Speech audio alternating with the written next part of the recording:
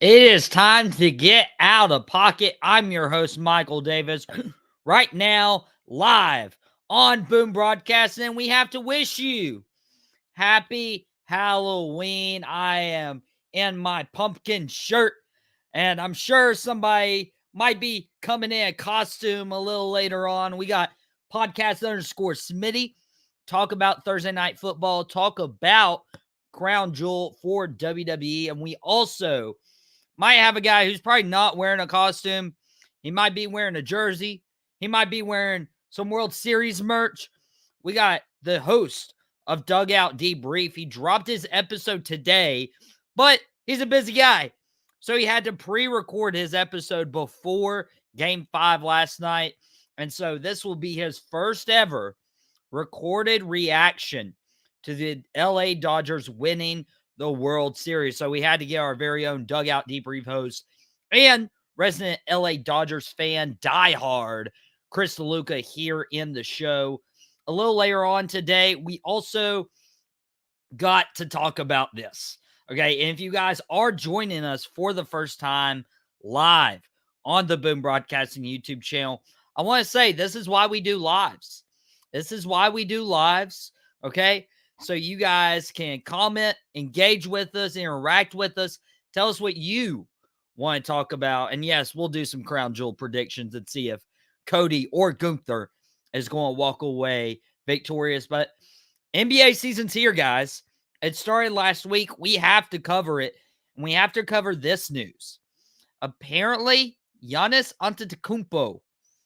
Did I pronounce that right? I hope I did. There's nobody on here right now. This is why I introduced this as a solo guy, so nobody can make fun of me for maybe mispronouncing his name. Giannis Antetokounmpo may not be a Milwaukee Buck for long. That is what everybody is saying, that Giannis could potentially leave Milwaukee. Now, this is no strange thing to happen in the NBA. Let's be honest. LeBron from Cleveland to Miami, back to Cleveland when, he wanted to go back to that toxic ex-girlfriend. Never recommend. Never recommend. And then he went to LA to be this Hollywood glam and fam kind of dude with his son now, who scored his first points in the NBA last night in Cleveland. Ironic how that happens. How a second-round pick is playing over a former first-round pick in Cam Reddish. Funny how that happens, right?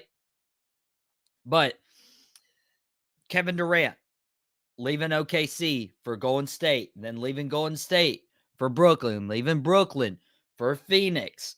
I mean, I can start going on and on and on and on and on about NBA stars leaving their team to go chase rings somewhere else. Now, Giannis already has a ring at the expense of going through the Miami Heat in the playoffs. I remember that.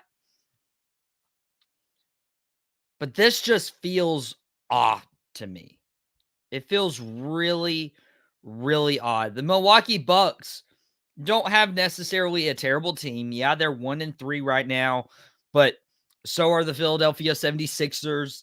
The Spurs are 1-3. So, we can't overreact to 4 games in the NBA season just yet. But I would still consider Milwaukee a top-tier team in the Eastern Conference, right? I mean, they're probably not at the Boston Celtics level right now, but they're definitely in the ranks of the New York Knicks, the Miami Heat, the Philadelphia 76ers. The Bucks are not hurting. The Bucks are not the Pistons. The Bucks are not the Nets. The Bucks are not the Hawks. Bucks are not the Charlotte Hornets. You look at the West, the Bucks are not the Portland Trail Blazers or the Memphis Grizzlies or the Utah Jazz. Giannis, they have already given you a ring. Why are you going to mess that up? Where do you want to go? Shout out Rick 8-Bit, by the way, join us on YouTube. Happy Halloween, y'all. Hey, there's a little southern accent in that YouTube comment right there. where does Giannis Antetokounmpo want to go that will be better to win a ring, to elevate his legacy? I don't know. I don't know. Sometimes these stars get impatient. Sometimes these stars just decide, hey, I want to leave because the grass looks greener on the other side. If I was Giannis, looking at what is around him right now, they just went out and got Damian Lillard last year. They have Chris Middleton.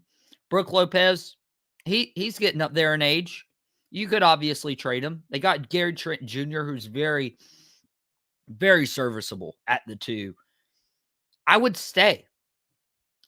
I mean, would you rather go out west where you have to deal with the Golden State Warriors, the OKC Thunder, the Dallas Mavericks, the Denver Nuggets? Would you rather go out west?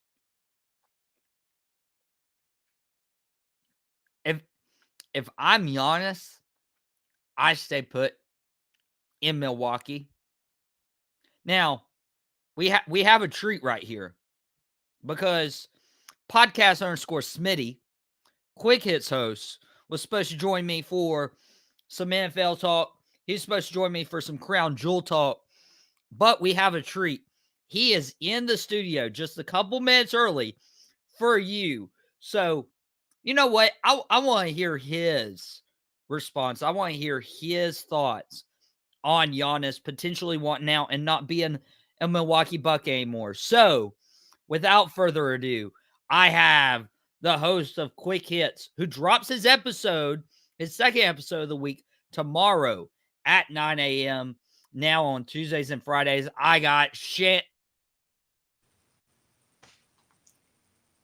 What are you wearing? I told you not to put me on this episode. I told you not to. Yes. I told you not to. And you didn't listen to me. And this is what you get. This is what you get, man. This is what I told you not to do it. I bet you'll listen to me again now, will you? Bet you will. Hey, I'll say Max already take him off air. Hey, that goes for you too. That goes because he's MD and you're MD Junior now. I'm calling you MD Junior now. I'm MD Junior. Yeah, you're MD Junior. It's MD and MD Junior there. So he took my nickname. I mean, he's your dad. I mean, come on, man. What can I do? Fair. I mean, he takes my nickname. I took his last name. You know, I guess it's all good. Good game, by the way. I don't know if you watched Dad and the Boys this past week or if anyone else watched it. That was a tough episode. Like I always thought my dad would be like very cheerful, very optimistic, not even a glass half full kind of guy. He's always like a glass is always full kind of guy. And then to see him go through those emotions, I was actually, believe it or not, I was like happy that it was only by 6 points. Hey, what I would love to see, and we're not going to get it this year, I'd love to see both these teams at full strength going at it. That's what I would love to see. Yeah, I would too. I mean, it would be interesting to see. It really would be. But, you know, I mean, it's a part of the game. Injuries are what they are. It is what it is. But I had to get you, man. I mean, I really had to because, I mean, I would have been bulletin board material had my guys lost. Y'all could have ate me up.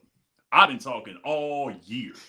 And I would have deserved it. And I would have took it. I would have went on my pod and been like, you know what? You deserve it. I would have been graceful about it. I would have. But I don't have to be now. So that's good. Trevor, from 2 Pointers Podcast, you guys should go check that out. Should also check out the time I beat Shannon in trivia for the NBA. I got to take all the wins I can. You better. I'm not even going to read the last part of Trevor's comment. And Jason, NY, who co-hosts Sideline Savants with Wayne. He has his new NBA podcast, 3 from Deep, that dropped on Monday. You guys should go check it out for sure. He's saying, what up, fellas? And Shan, I do want to talk about this Thursday night game a little later on, but I do want your opinion. I mean, I addressed it at the beginning of the show. Giannis Antetokounmpo wanting out of Milwaukee. I think this is a bad idea, especially when you look at stars pushing their way out of town. It always hurts their legacy, and it usually doesn't even work out for the players that leave. You know what? You're absolutely correct. It doesn't really help their legacy. In certain cases, it does. Like, unless your name is Kevin Garnett, it does help your legacy. You got to, it depends on where you go. It depends on who you have there. Now, I'm just going to go ahead and be honest with you. And no, this is not the Bulls fan in me coming out because, man, I'm just going to tell you, man, I've been hearing it for a long time. I've been seeing it. I've been watching it. It absolutely hurts from the Bulls standpoint. But I saw this implosion in Milwaukee happening about 2 years ago when they got rid. Now, the first coach that they had that got them beat in the first round, I get it. Fire that dude. He deserved that. But when they fired their coach halfway through the season, when they were 42-17 and put in Doc Rivers, that was cold. I saw the implosion happening there when that happened because, you know, I think they were trying to appease Giannis. I think they were, and I get why they were. And, you know, Dame comes in. It's really, really good to have a player like Dame. Dame is, you know, close to, you know, he's 32. He's about 32, 33 years old. I understand, but they bought Giannis. They bought Dame there for Giannis to get them back to the championship, to get the championship, to get the wins back like they did in the East. But it's not working, and Giannis wants to be gone. I think Giannis wants to get paid more, I believe. I think Giannis wants to get out of a not so great situation. I think he looked at this and was like, you know what, this isn't working. This isn't serviceable. It's time for me to go. Now, that is the question. Where is he going to go? The Eastern Conference is the best spot for Giannis because if he does go out west, it'll have to be it will really have to be on like a Phoenix Suns team. And they don't have the money for that, man. It's not going to happen. And you don't want to mess with what Phoenix has got right now because honestly, the way it's looking right now, I know it's early, but Phoenix doesn't look bad. So I think they might have something here. But if he does go out west, it's not going to be good for him. He can't go. He can't go to New York. New York's already good. Philadelphia, healthy. Those guys are having trouble. So he would. I mean, he's not going to Orlando. They're fine. He's going to mess up somebody's chemistry somewhere. So I don't know. It depends on who wants to get him. It just depends. Yeah. And Drew Code Sports Talk, they did great. A week ago, Cody was on. He did a really good job saying he's been talking about leaving Milwaukee for a while. It's always that, hey, I'll believe it when it happens kind of deal. Trevor's saying he seems loyal, but you never know. And again, they've proven they can build a winner. Like, they went out and got Dame. Like, that's what Giannis wanted, to, like, keep him away from Miami. But also, like, hey, give me another guy who's legit. Jason's like, Giannis to the next ain't happening. They completely blowing up the team they got there, the Nova Knicks, even though DiVincenzo is gone now to Minnesota. Trevor's saying he would get paid more in Milwaukee if hits all qualifiers. This is financially, there is a thing in place to make it more attractive for players to stay with their teams. And usually they don't do it. It blows my mind, Shannon. I mean, it depends. It would be easier for him to get paid more in Milwaukee because who is Milwaukee going to pay, number one? And then number two, if they do pay him, it's going to probably deter them away from getting guys to help build. So this is what is it that you really want? Because Giannis, I believe, is still got his legs underneath him. He's still fine. He's still a good center. He still is, but yet and still, it's just not. they got to go to Giannis to figure out what it is that he wants. Because, I mean, do you want to get paid? Do you want to win? Do you want both? Because if you want both, there's going to be some strings attached to it. So it's all in what is it that you really want? So I don't know, man. I think this might be a push for them to try to do something, for Milwaukee to do something. It's early though, but it's real early, man. I mean, usually guys are saying this stuff right here before the trade deadline or during free agency. Not 5 games into the year. Exactly. I mean, it is early. I mean, I'm just like, man, we're not even close to a fourth of the season yet, and you're asking for stuff already, man. What do you expect? What are you doing? Yeah, it's rough to see. I mean, I don't know, man. I mean, Milwaukee, they shouldn't have got Doc. They should have got Doc Rivers. They shouldn't have got that man. No. The guy who can't coach basketball. We can't coach Game 7. You know what I'm saying? Can't coach Game 7. It's going to be interesting to see where if there's any smoke to the fire with Giannis. See if the Bucks can actually add and help Giannis in addition to that Dame trade a year ago. But until then, it might get ugly. But probably not as ugly as the New York Jets on prime time. That is ugly right now.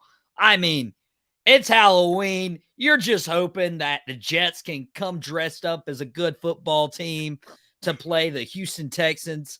That would be absolutely fantastic for anyone wanting to watch football on Halloween. Now, I remember a distinct night in middle school. It was actually my first time ever. Like, I don't want to go trick-or-treating. I just want to stay at my grandmother's, help pass out candy. And by help pass out candy, I meant stay on the couch and watch some college football. So if you are staying at home and watching football on Halloween, I wish I could say good for you, but this probably won't be a good game. The only difference is the Jets have recently acquired Devontae Adams. The Texans have recently lost Stephon Diggs. So there's a little bit of weapon discrepancy. Shannon, I don't even know where to start. I think starting with the Texans and the breaking news that Stephon Diggs is out for the year. We touched on it a couple days ago on Out of Pocket. Do you think that's going to hinder this team against this Jets defense to where, Diggs is out, Nico Collins still on IR? Who's going to step up and help CJ Stroud against the Jets tonight? It'll hinder him somewhat. The only reason why it's not really going to hinder him is because they're playing the daggum Jets. And that's the reason why. But it is going to hinder him because those were two good receivers that CJ Stroud could use. Now, if history serves us correctly, CJ Stroud has led. He has been a leader. Last year, he was a leader. They let him go out there and play, and he's done well. This year, same way. I don't expect nothing less from CJ Stroud in this game and for the rest of the season. It's unfortunate that they lost Diggs because, they paid Diggs a good bit of money. The man came over here, and this is his first year with Houston, and, we got cut short. And then, of course, Nico Collins coming off of a very good year last year. You're going to need those pieces for the rest of the season. Mm-hmm. Now, I will say this. I would write off the Jets, but it is Halloween, and weird things have happened on Halloween. I would write them off. I'm going to still stand on the mountain that says that the Jets were stupid for putting all of their stock on 40-year-old Aaron Rodgers with a bad leg. I will say that until this season is done, until he's gone. But I saw something really funny on Facebook. They're saying that the best thing that could be happening to Aaron Rodgers right now is that he's playing football into his 40s. Because if Aaron Rodgers was retired, think of the podcast that man could have. I mean, I love that Boom Broadcasting is a collaborative effort. We got a lot of good content creators. I don't know if I'd want or trust Aaron Rodgers on Boom Broadcasting. That'd be great. Also, some Jets fans are going to be dressed in costume as empty seats, according to Booking Like a Mark, a really good wrestling YouTube channel you guys want to check out if you're wrestling fans.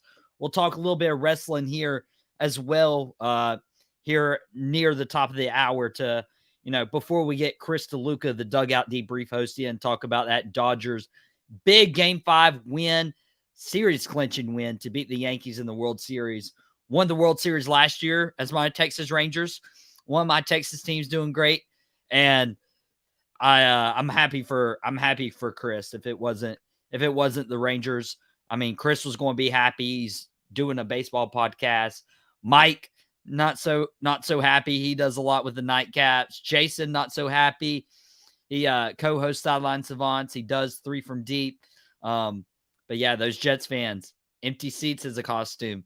I wonder how much that cost on Walmart.com. But good dude, enough for him. This is going to be a defensive game. I don't know if people realize, and we're talking about, Houston being really good offensively. They're really good defensively too. Mm-hmm. They have only given up 280 yards per game, which is second in the NFL. Only to, surprisingly, the Tennessee Titans. The Jets actually have the fourth least yards given up. So 286 to 280. Shannon, this could be a very defensive game. So anyone wanting a lot of points tonight, they probably won't get it. Nope, I don't think so either. You're absolutely correct. I was gonna pull that up. Definitely good observation. That defense is gonna be tough. I mean, especially with the miscues that the Jets have on offense, and then the injuries that Houston has on their offensive end. There's going to be a lot of defense in this game. I expect, Sauce is going to probably be on Tank Dell because I believe that'll be the number one guy that CJ Stroud will have is Tank Dell. Sauce is a good cover guy. I like him. It just so happens he's on the Jets, and that sucks for him. But the defenses are very, very good, and I like the defenses in this game. I don't expect a lot of high scoring. I don't expect a blowout either. I really don't. But I would like to on the side of Houston because it's Jets, and how the Jets have been, with this whole thing with Aaron Rodgers and things of that nature. And they favored the Jets too. They favored them. That's the most shocking thing. Also, shout out Ashton, join us for the first time here on the Boom Broadcasting YouTube channel. I appreciate you. Drew Code Sports Talk feels like a Joe Mixon kind of night. That is interesting because the Jets, on average this year, has given up 125 rushing yards. Shannon, that might be the way that the underdog Texans can win this game. Oh yeah, I mean that is a chink in the armor right there because they've got big passers in the AFC East. You've got Josh Allen, and then Tua is back into the fold now. These guys are big time passers. You got big time receivers in the AFC East, so I get it. In the AFC South now, on the other hand, it's another story. But with these teams out here having a running game, and the Jets have not unlocked their running game, and that's what's getting the Jets as well too. They've got 2 good runners back there, and they're not even tapping into their running game. And I think that's probably one of the reasons why they're having the trouble that they're having. They're not tapping into their running game. If they ground and pound, and that was one of the last time that the Jets went to an AFC championship, they had a good defense and a ground and pound running game. They had Mark Sanchez, which leave your jokes where they are. He actually did go to an AFC championship, unlike some quarterbacks that should have went. But Mark Sanchez benefited off of a very good defense and a very good running game, and that helped. So why I get that Aaron Rodgers is there. You want him to light the stat sheet. I get it. I know. But you want him to light the stat sheet, but you got 2 wins out of 8 games. Get out of here. Go away. Get out of here. Max saying, remember the line simply get more bets by the bookies. But why would the Jets be favored by 2.5 against Houston? You know why. It's that man under center in New York. We know why.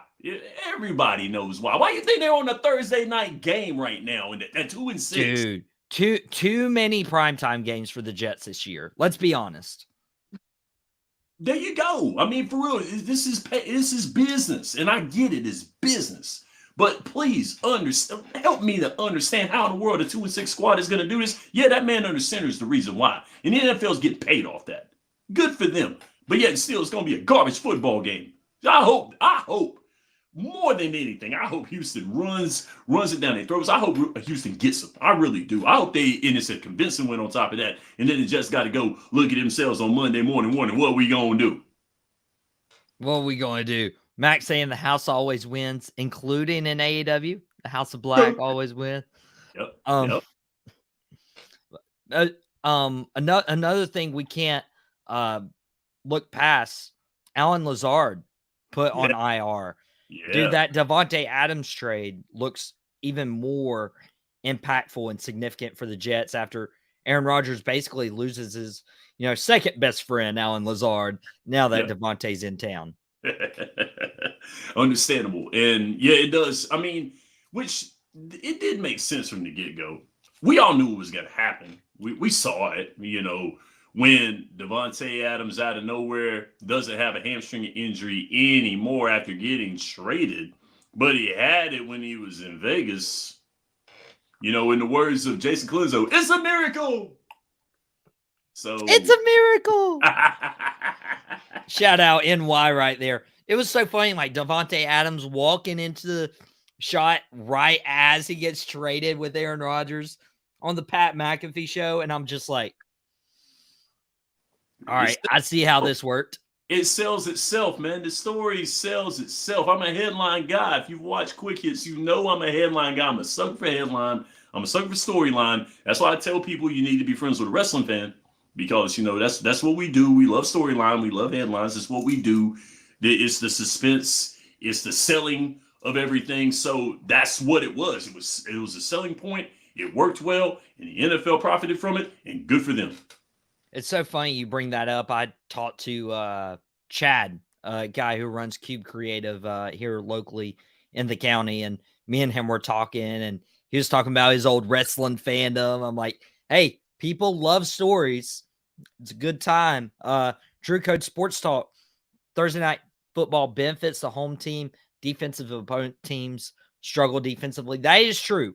I think they should just outlaw Thursday night games in general, because you're not getting the Jets or the Texans at their best.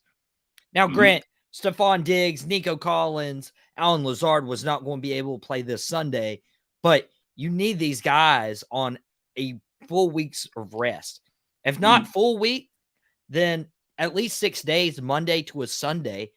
But don't give us Sunday to a Thursday, because that's Monday, Tuesday, Wednesday you have off. Yep. It's not fair. It's not fair to the teams, not fair to the players, not fair to fans, especially in a league where the NBA back-to-backs, okay, their record isn't going to really impact whether they make the playoffs or not. Major League Baseball, 162 games, same thing. Hockey, NHL, 82 games. Yep. But for the NFL with 17 games, you shouldn't have a pivotal game, especially conference game like this one, on a Thursday night. That's my personal opinion. I also, with the injuries to Tua and among countless others, Thursday Night Football just has some bad juju. And I don't want bad juju on Halloween, because that's not a good thing, Shannon. But if we had to put the juju to test, and we had to predict a winner, we had to predict a final score, Shannon, what you got? Texans or the Jets? Okay, now, weirder things have happened on Halloween, but I think we're safe on this one. Give me Houston, and give me Houston with a 21-13 win. I say 21-13. It's going to be close. This isn't going to be a runaway. I'd love a runaway on the side of the Houston Texans, but give me 21-13 with the Houston Texans on top. Give me 16-6. Ooh. I mean, I don't think it's going to be. I don't think it's going to be close. But at the same time, I don't think it's going to be offensive at all. Chris Deluca, Dugout Debrief host, asking about Juju Smith-Schuster. I like it. Yeah, I was going to say when you said I was, either he was going to say it or I was. Nice. Juju Smith-Schuster, obviously the former Steelers receiver. Jason saying Houston 27, Jets 17. Don't expect that offense. Don't expect that offense. That Gatorade's getting stuck in my throat, guys. Not only will Chris be in here talk the Dodgers World Series here in just a few minutes, but I want to talk to Shannon about Crown Jewel this Saturday. Again, we'll cover baseball when Chris comes in, but while I have Shannon here, while Fridays are really meant for football predictions for the weekend, we want to cover and make sure we had time for Crown Jewel. Shannon, this is a Saudi card. This is probably one of the bigger wrestling cards we've had in Triple H's era. We got 7 matches. When you look at all the matches, do you think all of them deserve to be on pay-per-view? Or do you think some of them could have been on the SmackDown before or the Raw after? You know, because we got a lot of matches here. A triple threat for United States title, a failed 4-way for the women's tag titles. We just had the Bloodline 2.0 versus the OG Bloodline announced for Saturday. There's a lot to talk about. Keep them. I say keep them. So I like this card. I do. I just don't like that god-awful title. That's the only thing I don't like about it. You know, the paper title, you know, it's not a bad looking title. I mean, the title is good to me, but it's the fact that it's a paper title. But I like these matches. I think all of these matches here are good matches. I just hope that the order is booked right. That's just what it is, because with these PLEs that WWE has had, there's been, and especially like with Halloween Havoc for NXT and Bad Blood in September, I believe it was September that was Bad Blood. I mean, that was Bad Blood. No, it was October. Sorry about that. It was last month. So with the way that they were put, the order they were put in is what's going to be pivotal for this PLE, in my opinion. So I like the matches. I like what they have. They put this together pretty nicely in a matter of 2 weeks, you know, considering the fact they only had 2 matches already, like 2 matches announced, which was your Crown Jewel title matches, was like the only matches that they had. They've done a pretty good job of putting this together in about 2.5 weeks. So I got to give credit where credit's due to Triple H and WWE. Hey, especially like you got to keep the Saudi audience, like, and particularly the Saudi execs, like, happy. You got to keep them happy, especially if you're going to do this partnership. These are presented very much like a WrestleMania in terms of spectacle, pyro, layout. But sometimes these cards are like, wow, I don't know if Triple H booked this. I don't know if the Saudi government was like, hey, we want this one. We want to make sure Randy Orton and Kevin Owens are on. But the big thing, and Matt and I talked about it a little bit yesterday on Drop the Mic, the wrestling podcast that airs on Boom Broadcasting at 3. It's available on demand right now. Love Matt. Join me via satellite all the time. But this is huge because there's 2 women's matches. There's going to be 10 women's wrestlers like represented in Saudi. I'm sure the referee, Jessica Carr, will be there as well. So you're talking at least 11 women represented on a Saudi show. That's huge in of itself, Shannon.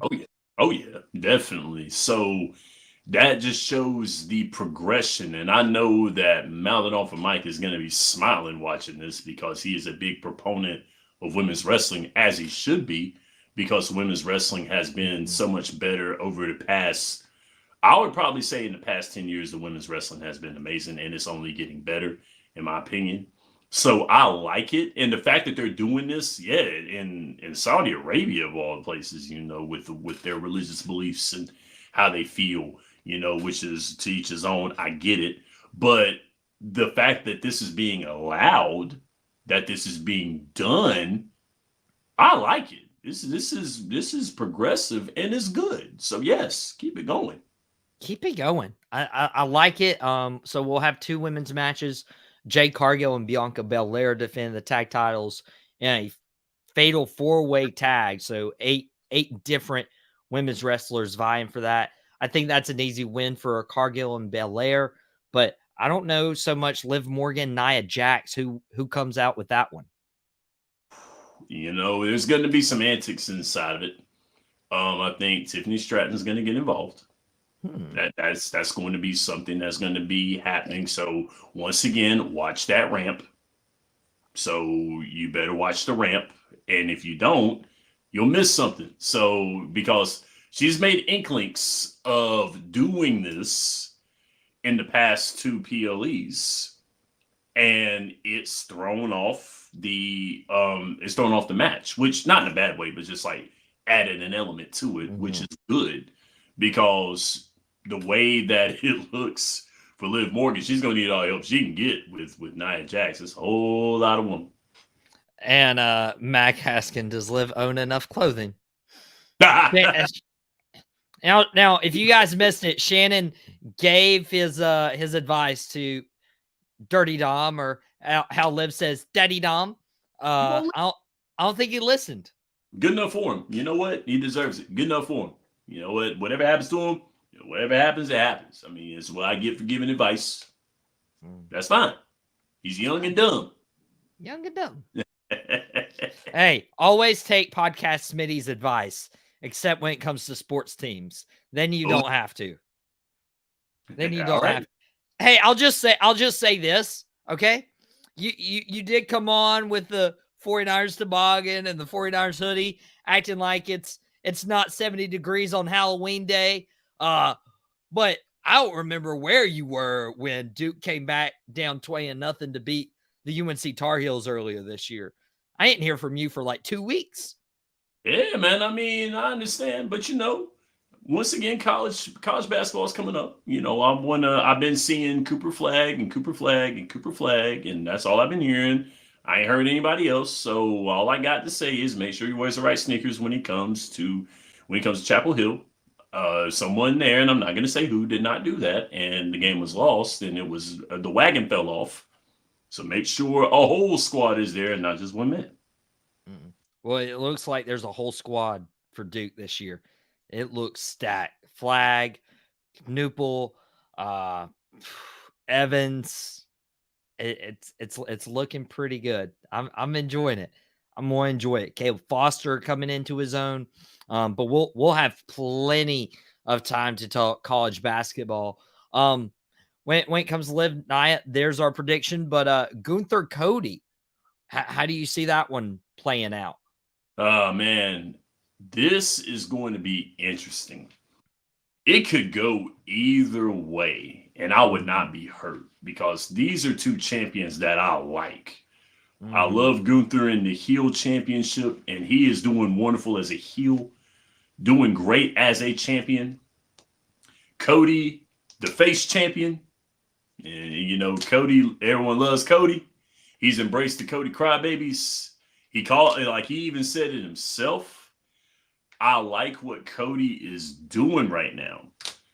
However, I really think that having Cody win this would be good for the company. It'd be best for the company. Because either way, Gunther is still going to have traction as a heel. He's going to. He's going to still have traction as a heel. He's doing great in the heel role. He will still be considered a great heel, whether he wins or loses. I think it's more along the lines of who loses the most from this. And if you want to be real about it, unless you're just one of those hardcore wrestling fans that's a grumpy fan all the time, none of these guys are going to lose from this. Cody's still going to.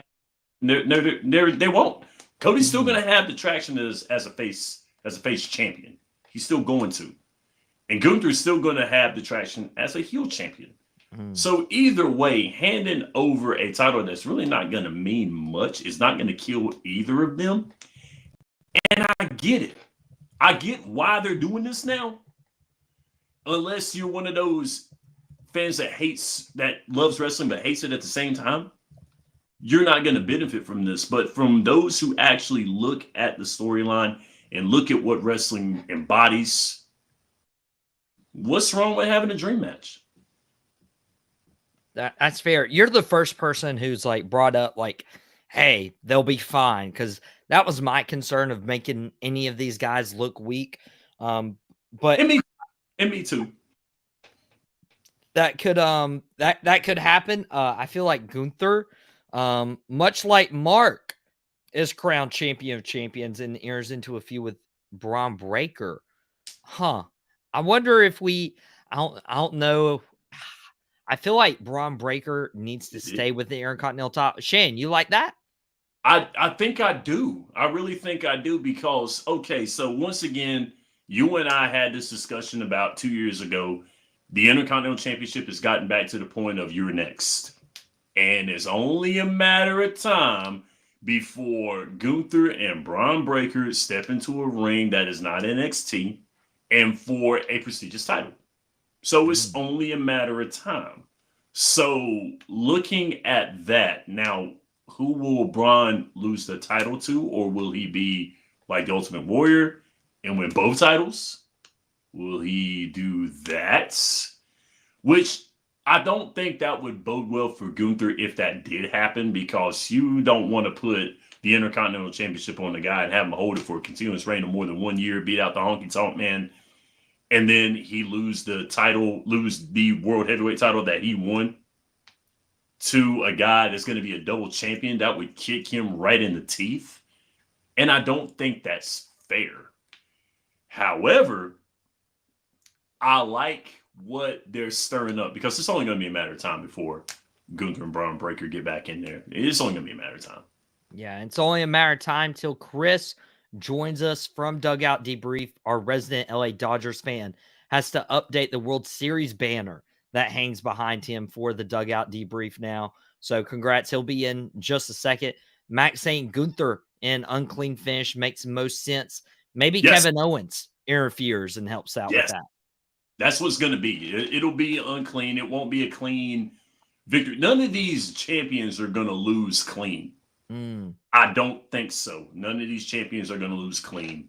If you know enough or watched enough wrestling to know that you don't want to kill any four of these wrestlers' momentum. You don't. So there is going to be some underhanded stuff in order to keep every one of them's clean. So, because you don't want Cody getting pinned by Gunther, because it's going to put it in everybody's head, and vice versa. Oh, yeah. You got to keep your champion strong, especially leaving this and going to Survivor Series next month. That'll be super exciting. Shannon, I've taken about as much as that 49ers garbage that you're wearing. I gotta sign you off now, bro. But I'm really gonna have you sign me off right now. Oh, very. Before I press the button as president to replace you with Chris Deluca, what can people expect on Quick Hits tomorrow? This is going to be a fun episode. I'm almost done editing everything. I got to do one more thing, but expect the NHL, because I've got a week's worth of NHL going. There's some good highlights in the NHL week. I've got the NBA coming up. I've got my own analysis on the World Series. I'm going to do the NBA part now. So that'll be done it'll be a weekend preview. And then, of course, with it being a Friday episode, Friday is for football. So yeah, I'm going to hitting you with all of your college football for Friday and Saturday. And then for Sunday, I'm going to do the NFL. It's going to be a fun episode. I'm looking forward to it, getting you ready for it, giving you the pre, because it's November. We getting close to Thanksgiving. Give me an appetizer. Hey, Thanksgiving is going to be full with football, wrestling, food, family, friends, and hopefully none of whatever you're wearing there. But guys, go catch Shannon Smith on QuickHits. It'll drop tomorrow at 9 a.m. If you haven't watched Tuesday's episode, that is available on demand through Boom Broadcasting's YouTube channel. You guys will want to go watch that. Shan, I appreciate you, my friend. Now, the moment you guys have all been waiting for, A, to get Shannon out of that ugly costume, and B, we get the LA Dodgers fan. We get Dugout Debrief host. Chris dropped his episode this afternoon, but dude's a busy guy. Very busy guy. That was recorded before he got to enjoy a World Series Game 5 clinching win last night. The Dodgers are now World Series champions. So I, without further ado, welcome in Dugout Debrief host, Chris Deluca. Chris, I can't help but think you're going to have to spend more money because now that thing hanging behind you is outdated. How could you do this? Yeah, unless I just get a piece of duct tape and, just write 2024. I could also do that, but I'm prioritizing getting a banner getting a championship shirt and hat probably first. I'm going to go order that here probably after we get off the program. But yeah, I'm happy that I have to potentially buy another one of these guys.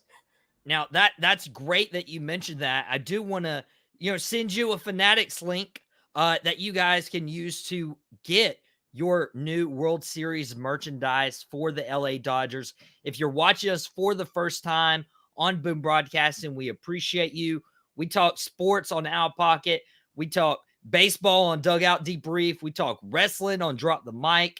And there's so many other programs we offer. There was a TV review that dropped earlier today. But Chris, you've probably been on cloud 9 after the Dodgers clinched it out last night.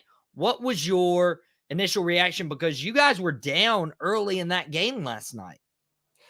It was nervousness. I mean, to be honest with you, going into the, back half, obviously we had that big 5th inning, which we'll talk about here in a little bit, but those last few innings, I wouldn't move from the same spot. So as you know, sports in general, baseball is a very superstitious sport. So I moved from one spot to another, and also I took off the Dodger pullover, not really a hoodie, but that I had, and I did not move outside of bathroom breaks or to get more snacks.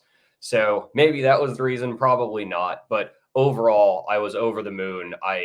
Ecstatic. I'm happy that I got to watch it with my friends. My roommates were around too, so it was really nice to watch that, with other people as well.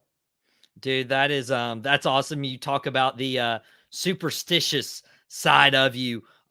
It's pretty interesting. Me and my dad watch all the Cowboys games together. We'll do Dad and the Boys. That'll drop tomorrow at 3 p.m. Previewing this Sunday's game against the Atlanta Falcons. We'll preview that game. But dude, he's very superstitious. He's gotten a little bit easier as he's went on, but dude, same seat, same meal right before the game, all the things, dude, all the things.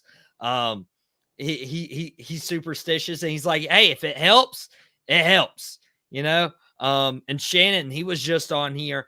See, this is how I prefer Shannon, where I don't have to see that 49ers garbage. She says, glad the bad taste of the loss to the Cheaters and the COVID talk can be over with. Chris, this was not an easy road for the Dodgers to get back here to the World Series.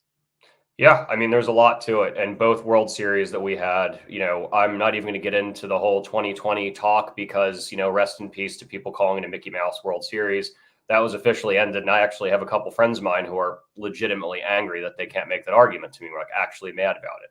But you're right. This was a very hard route. Both World Series titles that we have in the 21st century came from, a lot of high, or a lot of we'll say external circumstances. I was trying to think of a good term for that. 2020 was a pandemic. We were all affected by that. Everybody was isolated from their family and friends. We even had multiple players go positive throughout the playoffs. And then in 2024, we had a laundry list of injuries. We were running a 3-man rotation, man. We were running a 3-man rotation. We were missing guys like Tyler Glasnow, River Ryan, Clayton Kershaw, Tony Gonsling, Gavin Stone, Evan Phillips, and WVU alumni, now World Series champion, Michael Grove. So that was a lot. We were running a 3-man rotation with pitchers who have been up and down in the regular season, Yamamoto and Flaherty especially, and the bullpen stepped up and did what it needed to do. Mm-hmm. And booking like a Mark here in the comments on our YouTube channel. This is why we do lives, saying congrats to you. What a year to start your own baseball podcast.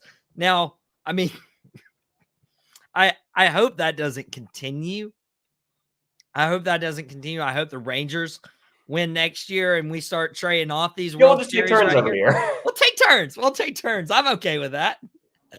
But dude, how cool is that? Our own baseball guy, his favorite team's the Dodgers, and they overcome. And it looked like I didn't think this was going to be a sweep. Once Dodgers went up 3-0, I'm like, the Yankees are going to pull out a game. Like, that's easy. But then last night, it started looking like, oh, this actually, this might be going to a game 6 for the Yankees. Yankees were at home. First 3 innings, they're up 5-0. And, Dodgers fans are like, oh, okay, well, I guess we'll have another game of baseball, which I wouldn't have been necessarily upset about. I enjoy my baseball. But, dude, let's talk about that 5th inning. What changed for the Dodgers? I mean, I think the big thing that happened in that 5th inning was one, we got the bases loaded early, and 2, the Yankees this year have lived and died by the long ball, by not the fundamentals, and the Dodgers won because of the fundamentals. That 5th inning happened because of Aaron Judge dropping a ball that was hit directly to him, was very routine. Garrett Cole forgetting to cover first base. These are things that we learn at a very young age, but still people make mistakes. Unfortunately for them, it was at a critical time. And tying it, I remember I was like, this is not enough, because every single inning the Yankees were making traffic, except the 9th, which is the most important one. There was traffic. And I remember I looked at my roommate Jorge and I said, every insert word here, there's traffic. They're getting runners in scoring position. Seemingly, I'll look away and they got runners in scoring position.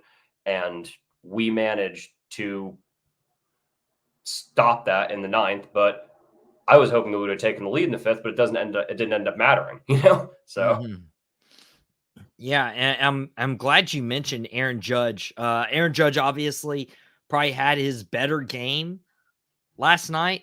2 of 3. He had a double and a home run. But you look at the rest of the series, like, it was weird. He was almost non-existent through the first 4 games of this series. Only 2 hits on 15 at bats. That was Aaron Judge this year in this World Series. Do you think, because I looked into this World Series of like, hey, this is either really going to help Aaron Judge's legacy or Shohei Ohtani's legacy? And I'll mention Shohei Ohtani in a second, but do you think this loss, or at least the performance for Aaron Judge, hinders his legacy moving forward? No, not at all. I mean, he still had a fantastic regular season. It's just in the postseason, he was not there the entirety of it. I think he only had about 2 home runs, and that's, again, they lived and went out by the long ball. That's what they did, and he was not there for that. I 100% think that he's a Yankee captain. There aren't many of them. There's Derek Jeter, Thurman Munson, and I think Yogi Berra was one, and maybe Mickey Mantle. But I know Munson's legacy, that's a whole thing. We'll talk about that when we break down the Yankees at some point. But Derek Jeter and Judge is a true Yankee captain. He leads that team. He's not only a great player, but he does a lot of work in the community. He's really good with the kids. He's very involved with the fans.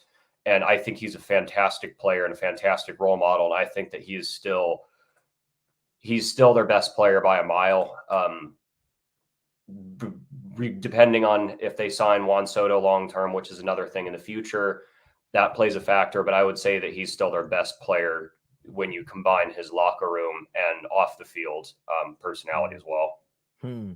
Now, when we're talking about legacy, Shohei Ohtani, dude, he had one of the best years in baseball history.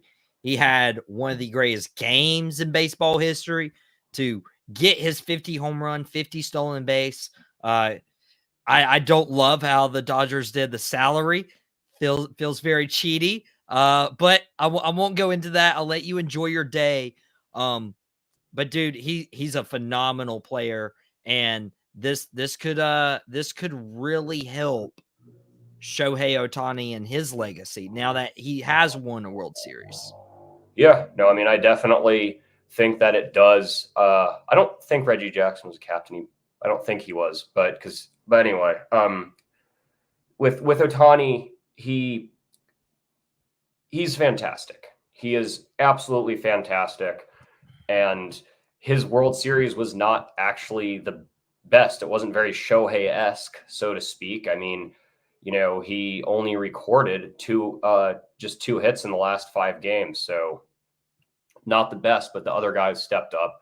I think that he's the best.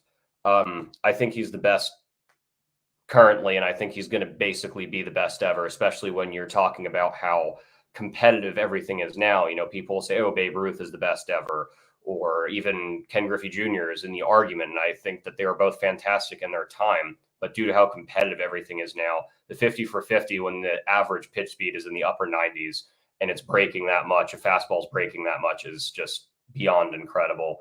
And I was over the moon. We signed him, and he powered us here, and we did it. Dude, that's dude, that's incredible. Yeah, like NY Jason, who has Sideline Savants co-hosting with the commish, has 3 from Deep, his new show, Mouthing Off with the Mic, hosts all the nightcaps. They're big Yankees guys, but it's cool seeing our own Dugout Debrief host, Chris Deluca, his favorite team winning the World Series. It's pretty cool to see. You've been doing a lot of hard work, not only with Dugout Debrief, but also just helping out everywhere you can, like hopping on Out of Pocket today. And it doesn't go unnoticed. And Chris, I appreciate you, my friend. I really appreciate you too, man. Like I said, like I always say at the beginning of my show and my opening statement is I'm happy just to be able to talk about something I like, and I'm just happy that I can just do this in my free time. It's a leisure thing to me. It's nothing different than sitting down and playing, college football 24 or just, going for a walk or anything else. It's just, not being at work and just relaxing. Just relaxing. You guys can relax with Chris. Again, he dropped his Dugout Debrief episode earlier today. That was before he got to celebrate the Game 5 win of the LA Dodgers. And I'm sure he'll have another Dugout Debrief episode soon where he's breaking down it all. Guys, I'm gonna do it. The next week will be a recap of the World Series in general, and then we'll move on to the offseason plan of just breaking down teams by division. And we're just going to we're going to start with that. We might go throw in a couple other random specials, but I've been kind of doing the math with that, and we'll figure that out as it goes. And there's a lot of MLB free agency news that's Juan starting. Soto, aforementioned. Juan Soto, he's open to any team that'll probably pay him the highest dollar. So maybe no longer the New York Wonkies. And Sean fell apart in the 5th inning. Bad pitching management by the coach. Forget Sean's also a Yankees guy. So, man, you're outnumbered. But, hey, Chris, enjoy it while you can, my friend. I am very much. And like I said, I'm happy. It was a great thing to, experience. I've gotten to experience this twice with teams that I like, Dodgers both times. And then outside of that, really all I've gotten to experience is, and recently at least, is the Predators making the Stanley Cup. So that was a big thing. Steelers, I was a little bit young last time, we made it. So That's fair. Well, at least you have that memory. Sean also dropped It Stinks. It's a TV show review podcast on Boom Broadcast. And this isn't just sports on the channel. So whether you like sports, we got you covered. Whether you don't like sports and you like TV shows instead, we got you covered as well. Sean dropped It Stinks covering Tulsa King that features and stars Sylvester Stallone. But Chris, I'll let you go here. Appreciate you, my friend. Congrats on the Dodgers winning the World Series. And hey, can't wait to get your full Dugout Debrief recap here soon.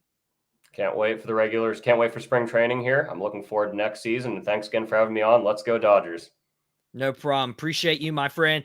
Appreciate Shannon from QuickHits. Appreciate Chris from Dugout Debrief hopping on, talking Dodgers, World Series, talking NFL, Thursday Night Football tonight, talking the Giannis news, talking Crown Jewel this weekend. Out of Pocket will be back tomorrow. And what we're going to be covering is the weekend for football, college football picks, NFL picks, Duke playing Miami. Can the defense stop Cam Ward? What's happening in the NFL? We'll also probably recap whatever happens tonight for Thursday Night Football. But guys, appreciate you. If this is your first time joining us, hit that subscribe button.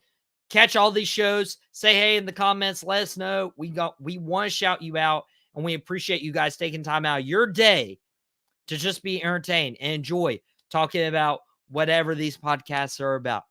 But Friday, Out of Pocket, 5:30. We'll be back. QuickHits will drop tomorrow at 9 a.m. And then we have Dad and the Boys dropping at 3 p.m. And then Out of Pocket will be back. Appreciate you guys. Can't wait to see you back. Until then, happy Halloween. Just enjoy your pumpkins. I'll see you tomorrow. Well, that's it. I really hope you enjoyed it. We had a ball making it. Thank you very much.